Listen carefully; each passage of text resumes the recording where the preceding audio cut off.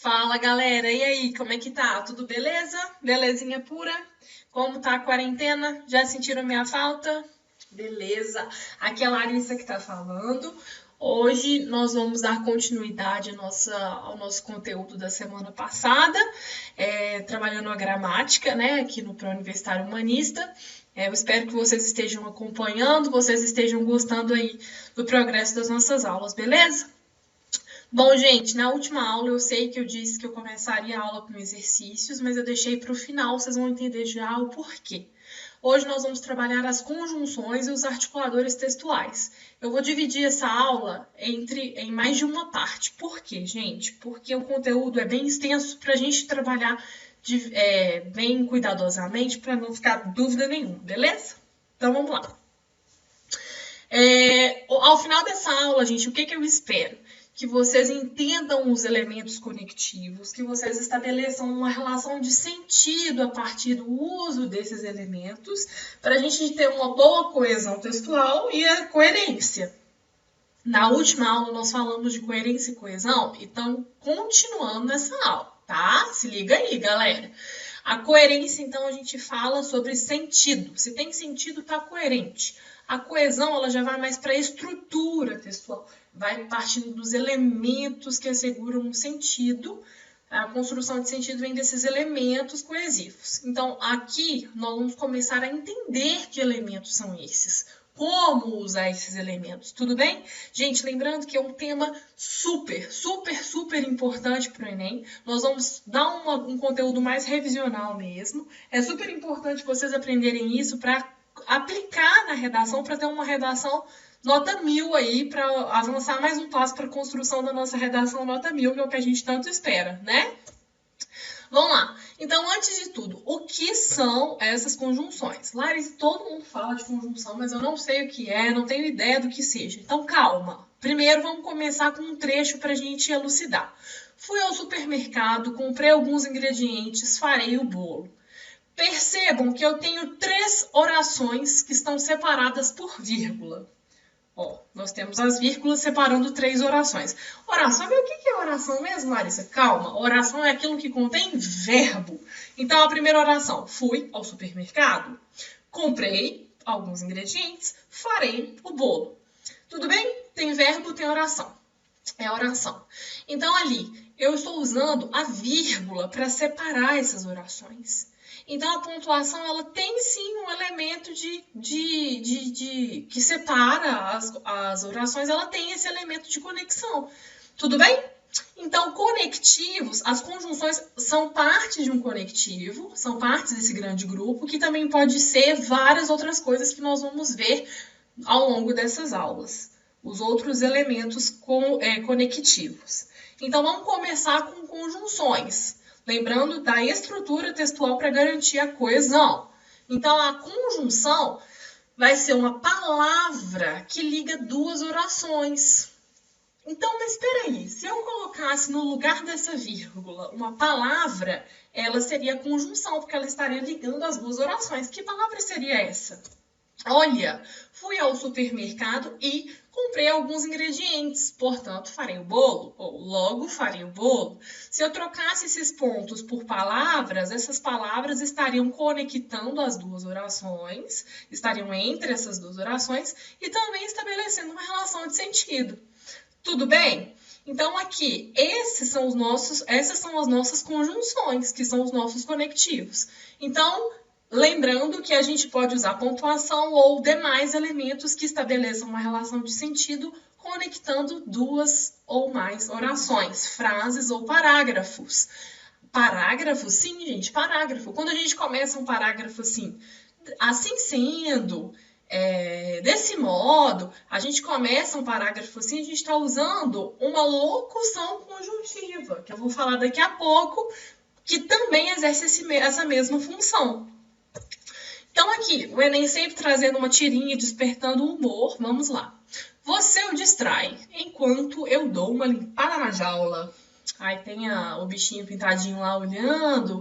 Tá? Super engraçado, é um momento que você vai dar muitas risadas, né, gente? Então, olha ali, ó. Quando eu tenho você o distrai, eu tenho a primeira oração. Esquece o enquanto. Eu dou uma limpada na jaula, segunda oração. Agora, lembrando do enquanto. É uma palavrinha que está conectando duas orações. Certo? É uma conjunção. Então, tá. Vamos lá, então. Juliana estudou muito para o Enem. Portanto, foi aprovada. O que isso quer dizer, esse portanto ali pra gente? Quando você tem uma pessoa que estuda muito para o Enem, que estuda muito, o que você espera é que ela obtenha sucesso. Agora, a segunda frase diz assim: Amâncio estudou muito para o Enem, porém não obteve sucesso. Observe, gente, que a ideia da frase é exatamente a mesma. O que está mudando é a conjunção. E quando a conjunção é diferente, ela estabelece um sentido completamente diferente. Juliana estudou muito, portanto foi aprovada. Amâncio estudou muito, porém não obteve sucesso. Então a gente tem que ter muito cuidado, porque as conjunções elas anunciam o que a gente vai dizer em seguida. Então a gente tem que usar com bastante atenção, para a gente não contradizer alguma informação que foi dita lá no comecinho, a gente não usar uma palavrinha que vai contradizer tudo. A locução conjuntiva, então, que eu acabei de falar agora mesmo. Então, quando eu uso mais de duas palavras que vão estabelecer um sentido como uma conjunção. Calma, olha o exemplo que vai ficar fácil. Viajarei para a praia assim que acabar a pandemia. Esse assim que é uma locução conjuntiva, estabelece sentido de uma conjunção. Olha só os exemplos das irmãzinhas do assim que. Visto que, desde que, à medida que, logo que, percebam que são mais de uma palavra, né? São mais de duas palavras que vão estabelecer o sentido de apenas uma conjunção, tá? E tá ligando duas orações. Ok, como que a gente vai dividir as conjunções? Elas têm dois grandes grupos, que são as conjunções coordenadas e as subordinadas. Mas antes de entender o que são essas conjunções, a gente precisa entender o que são orações coordenadas e orações subordinadas. Orações coordenadas, gente, são aquelas orações que são sintaticamente independentes. O que isso significa? Que uma não precisa da outra para ter sentido. Olha essa primeira oração. Eu adoro ficar em casa. Quando eu falo essa oração, eu entendi o que está significando. Olha, eu entendi o sentido. Eu adoro ficar em casa. Preciso ir ao supermercado. Super entendi a frase, preciso ir ao supermercado. Quando eu uno as duas frases, vou fazer uma união ali, olha. Eu adoro ficar em casa, mas preciso ir ao supermercado. Quando eu faço esse tipo de construção, usando duas orações que não precisam da outra para ter sentido, eu vou colocar uma palavra no meio para unir essas duas orações. Lembrando que a conjunção é a palavra que une duas orações. Essa palavrinha ali vai ser a minha conjunção coordenada, porque une duas orações coordenadas. Então, a conjunção coordenada une duas orações coordenadas. E ela vai estabelecer a relação de sentido. O mas, por exemplo, tem um sentido de oposição. Então, eu adoro ficar em casa, mas preciso ir ao supermercado. Dá uma ideia de oposição. Ali agora são as orações subordinadas, que é meio o contrário da oração coordenada.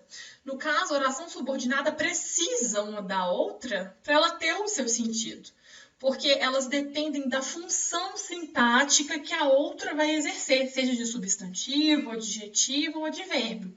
Por exemplo, quanto mais estudo. Se eu chego para vocês e falo, quanto mais estudo, tem sentido nessa frase? Ela parece que está incompleta.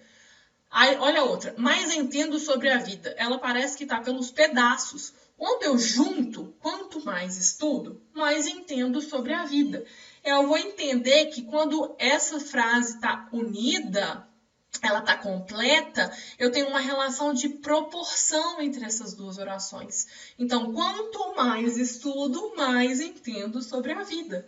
Aí, quando pede para classificar, todo mundo entra em desespero, mas veja como é bobinho. Quanto mais, mais.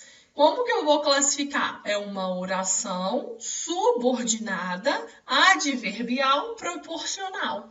Claro que o Enem não vai te pedir para você fazer isso, mas é importante você entender esse sentido para construir a sua frase, o seu parágrafo no Enem. Então, a relação entre essas duas orações estabelece uma proporção pela conjunção quanto mais, mais, que é uma conjunção subordinada. Ok? A gente vai entender mais a subordinada na próxima aula e dos outros elementos articuladores textuais. Hoje a aula será sobre conjunção coordenada, tendo em mente as nossas orações coordenadas, que são as orações que têm sentido independentemente, não precisa de outra para estabelecer sentido. A classificação delas são aditiva, adversativa, alternativa, conclusiva e explicativa. Aditiva, então, já dá aquela ideia de soma, adição. Quais são essas conjunções aditivas? E, não só, mas também, não só, como também, nem além disso. Dá uma pausa, anota as conjunções que é importante ter no caderno para construir as nossas redações. Ele não só viajou, como também não deixou a chave. Eu não como jiló, nem cebola. Percebam, gente, que elas são orações coordenadas. Olha como elas têm sentido se fossem colocadas sozinhas. Olha, ele não viajou. Ele não deixou a chave. São frases que têm sentido, mas quando eu coloco elas juntas, eu preciso de uma frase, de um termo, de uma palavra, um elemento que vai unir essas duas frases, essas duas orações. E qual que é esse elemento? A conjunção. Nesse sentido, a conjunção vai ter uma ideia de adição, de soma de ideias. Então, ele não só viajou, como também não deixou a chave. Então, é uma conjunção coordenada aditiva. Eu não como jiló nem cebola. Eu dou uma ideia de acréscimo, de soma a minha ideia ali. Adversativa é o nome rico que a gente dá para oposição. Então, olha, exprima uma ideia de oposição, de contraste. Quais são elas? Mas, porém, contudo, todavia, entretanto, no entanto. Mas, tá, gente? Não mais. Mas, com i dá a ideia de adição. Mas, vai dar a ideia de oposição, tá? Marcos estudou muito para o concurso. No entanto, foi reprovado. Ele trabalha, mas nunca guarda dinheiro. Percebam que a conjunção adversativa, ela traz uma ideia mais negativa, ou então uma ideia de quebra de expectativa. Eu espero que uma pessoa que estude muito, ela seja aprovada. No entanto, ele foi reprovado. Eu espero que uma pessoa que trabalha muito, é uma pessoa que vai guardar dinheiro. Mas olha, ele trabalha, mas nunca guarda dinheiro. Eu trago uma quebra de expectativa no uso da minha conjunção opositiva ou adversativa, tá? Pode ser chamada de opositiva também. A próxima é a alternativa, que dá a ideia de alternância, de escolha. Então, a mais comum aí é o ou, né? Quando a gente faz 15 anos de idade, nosso pai, a nossa avó, a nossa tia, o primo distante vai chegar e vai te perguntar: olha, meus parabéns, está fazendo 15 anos, o que você quer de presente? Uma viagem ou uma festa? Né? No meu caso foi, o que você quer de presente? Lavar o banheiro ou fazer comida para sempre? Então, cada um com sua realidade, não deixa de ser uma ideia de escolha, de alternância. Então, você vai sempre perguntar o ou então, olha ali, olha, ora quer ter disciplina, ora a preguiça toma conta. Também dá uma ideia de alternância. Conclusiva dá a ideia de finalização. Cuidado, que finalização é diferente de finalidade. Finalidade é objetiva, é um intuito. Agora, conclusão e finalização. Quais são? Logo, pois, portanto, por conseguinte, por isso. A gente vai usar muito na conclusão da redação. Mas lá na conclusão, no último parágrafo, você não vai colocar assim, concluindo. Não, você vai usar os elementos logo, portanto, por isso, assim, ok? Então, ó, conclusão, fez excelente prova, logo foi aprovado. A gente dá uma ideia de fechamento para aquilo que tá no processo. Explicativa, dá uma justificativa. Quais são elas, então? Por quê? É o principal, ali, o que a gente mais usa. Pois, por quanto. Então, ó, fique sentado, porque o diretor está chegando. Veja, gente, que são orações ainda coordenadas, não perca isso de mente, olha. Fique sentado, é uma oração independente, ela tem sentido, ó, fique sentado.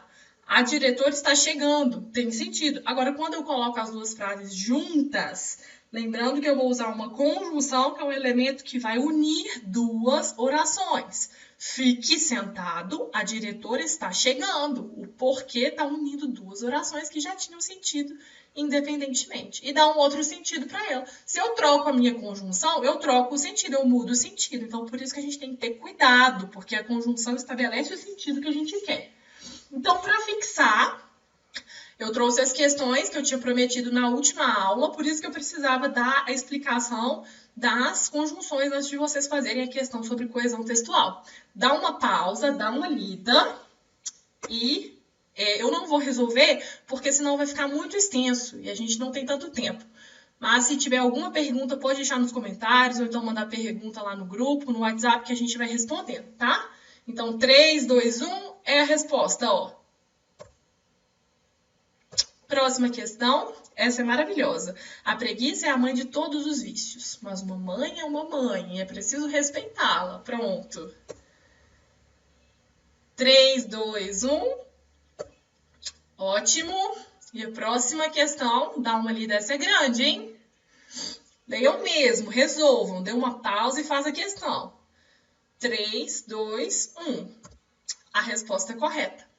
Então, gente, a gente vai ficando por aqui hoje. Eu espero que vocês tenham entendido, tá? Lembrando mais uma vez, nunca troquem mas por mais, porque são palavras bem opostas. Quando você tá com fome, vai repetir o almoço, você fala que vai comer mais feijão ou mais feijão? Respondam aí na enquete. Mais feijão, quero mais feijão ou mais feijão. Respondam aí nos comentários. Gente, a gente volta na semana que vem falando de oração subordinada, as conjunções subordinadas, né?